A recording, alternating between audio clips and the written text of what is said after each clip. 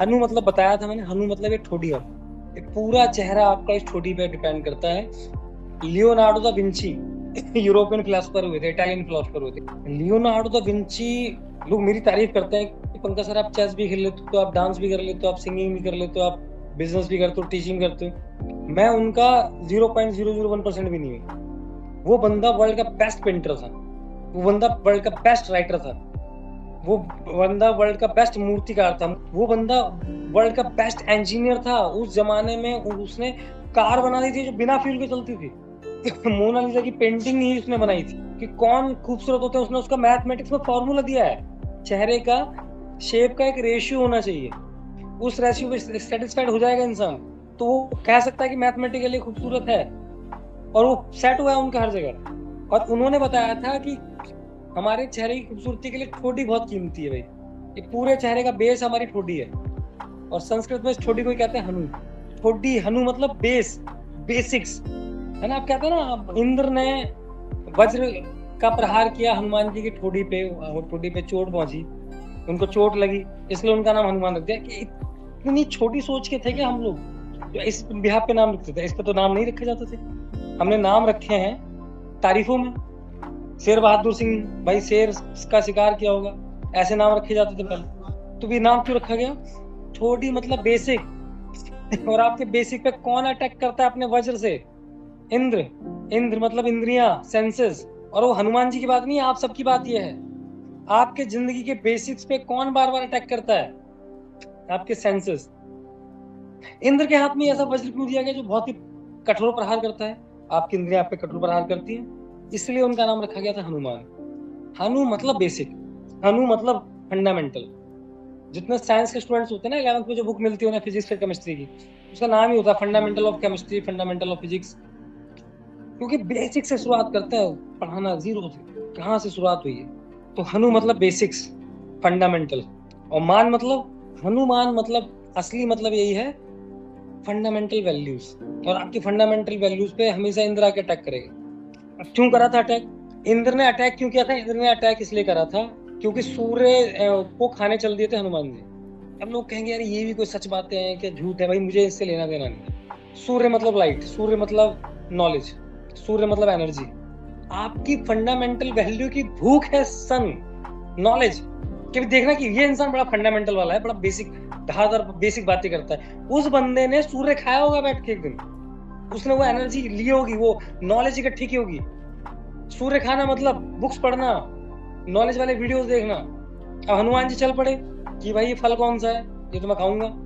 आप सूर्य नहीं खा पा रहे, क्यों?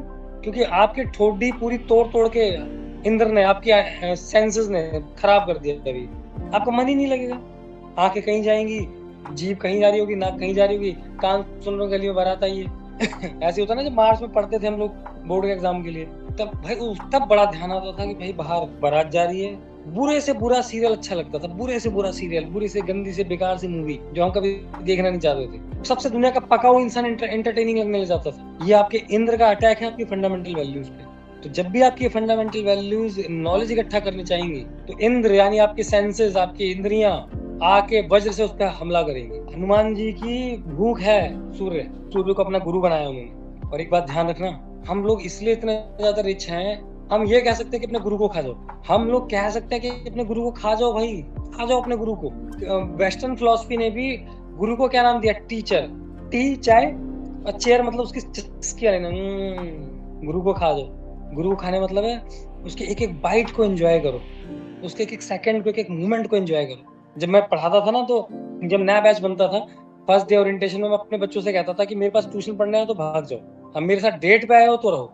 डेट बन जानी चाहिए भाई, यादगार पल हो जानी चाहिए। तो गुरु को खाना होता भाई। तो हनुमान जी खाने ही गए थे, फिर उन्होंने गुरु बना लिया, उनसे नॉलेज ली।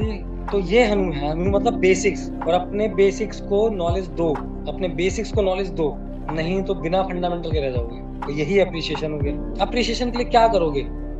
बहुत लोग अप्रिसिएशन कर रहे हैं, वैसे मैं सच सच बोलना चाहिए, फंडामेंटल वैल्यू शायद ये इतनी वो नहीं है। इतना ही अगर कमजोर होते ना, तो शायद कृष्ण चोरी भी नहीं करते और शायद झूठ नहीं बोलते। इसका मतलब फंडामेंटल अब इसकी और बारीक है। अब ज्यादा आप नेता बनोगे ना कि मैं सच ही बोलता हूँ, कोई पागल आदमी मिल जाएगा। अच्छा, एक सवाल का जवाब दो, एक गाय भाग रही है और पीछे कसाई भाग रहा है और गाय छुप जाती है, और आप क्या कहोगे? सच बोलोगे, झूठ बोलोगे? अब आप धर्म संकट में फंस गए। हाँ यार, क्या बोलेंगे? कोई लड़की रास्ते में भगती हुई आ रही है, उसके पीछे 4 गुंडे पड़े हुए हैं, वो आपकी गाड़ी में पीछे आके छुप जाती है और लोग आके पूछते हैं वो लड़की देखी क्या? आप सच बोलोगे, झूठ बोलोगे? अब लोग फंस जाते हैं। इसका मतलब फंडामेंटल वैल्यू इससे और बारीक है, हम समझे ही नहीं है। हमने मोटा मोटा मोटा उठा लिया ऊपर से, बस काम आसान हो जाए, क्योंकि अभी हमें सूर्य को तो गुरु बनाना नहीं है, नॉलेज इकट्ठी करनी नहीं है हम लोगों को, आसानी से काम निपट जाए बस, कोई फंडामेंटल वैल्यू से इतना कोई लेना देना नहीं। तो ये अप्रिशिएशन नहीं करना है। 4 लोगों के बीच में बैठ के पंचायत कर लीजिए, हो गया काम। फंस जाओगे, कहीं ना कहीं झूठ बोलना पड़ जाएगा। कहो भाई कृष्ण तो झूठ बोलते, क्या भगवान राम ने झूठ बोला कभी जिंदगी में? सोच के बताना, रामायण पढ़ के, मुझे पूरी रामायण पढ़ना। तो जय हनुमान। फंडामेंटल वैल्यू का एप्रिशिएशन मतलब होता है उसको समझना है, उसकी बारीकियों को गूगल मैप की तरह उसको ब्रॉड कर करके समझते आना है। जितना ज्यादा ज्ञानी का मतलब पता है क्या है?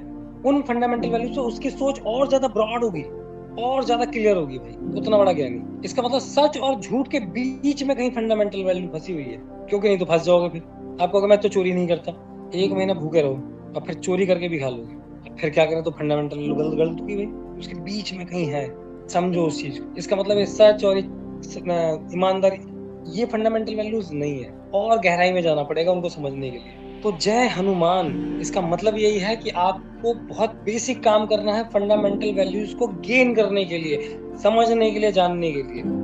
क्यों जानना है? क्योंकि ऊपर बता रहे हैं कि कलेश विकार मिटेंगे इससे, 4 फल की प्राप्ति होगी, धर्म अर्थ काम मोक्ष।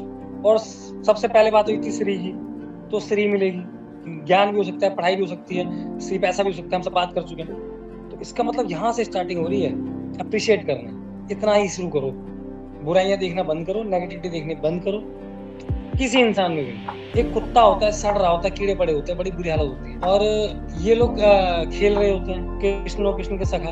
तो सखा कहते हैं कि कृष्ण तुम यार हमेशा हर चीज में सकारात्मकता ढूंढते हो, पॉजिटिविटी ढूंढते हो, अच्छी अच्छी बातें ढूंढते हो। अब इस कुत्ते के देखो पाप कितने नजर आ रहे हैं, इसने कितने पाप करे होंगे उस कुत्ते ने, जिसको ये जीवन मिला है। सड़ रहा है, बताओ, कीड़े पड़ रहे हैं। कृष्ण कहते तुमने एक चीज ध्यान दी, उस कुत्ते के दांत एकदम साफ सफेद चमक रहे हैं, ये उसके पुण्यों का प्रताप है। इस एप्रिशिएशन की बात कर रहे हैं। सबको जिसे कीड़े देख रहे हैं तो भाई कीड़े देखेंगे कि उसको सफेद दांत चमक नजर आ गई। इस एप्रिशिएशन की बात कर रहे हैं। एप्रिशिएट करना शुरू करोगे तो फिर फंडामेंटल वैल्यू भी समझ में आने लग जाएगी। जय हनुमान। इतनी सोचने वाली बात है कि क्या हम इतने मोटी बुद्धि के थे क्या लोग, कि ये जो लिखा गया है इसको बस रट्टा लगाने के लिए दे दिया गया था, समझने को तैयार नहीं है। हनुमान चालीसा पढ़ के लोगों की बुराइयां देख रहे हैं, और उल्टा घमंड आ रहा है कि मैंने पता 108 हनुमान चालीसा करी, तुम तुच्छ प्राणी हो, 3rd क्लास इंसान हो, तुम हनुमान चालीसा नहीं पढ़ते, बताओ।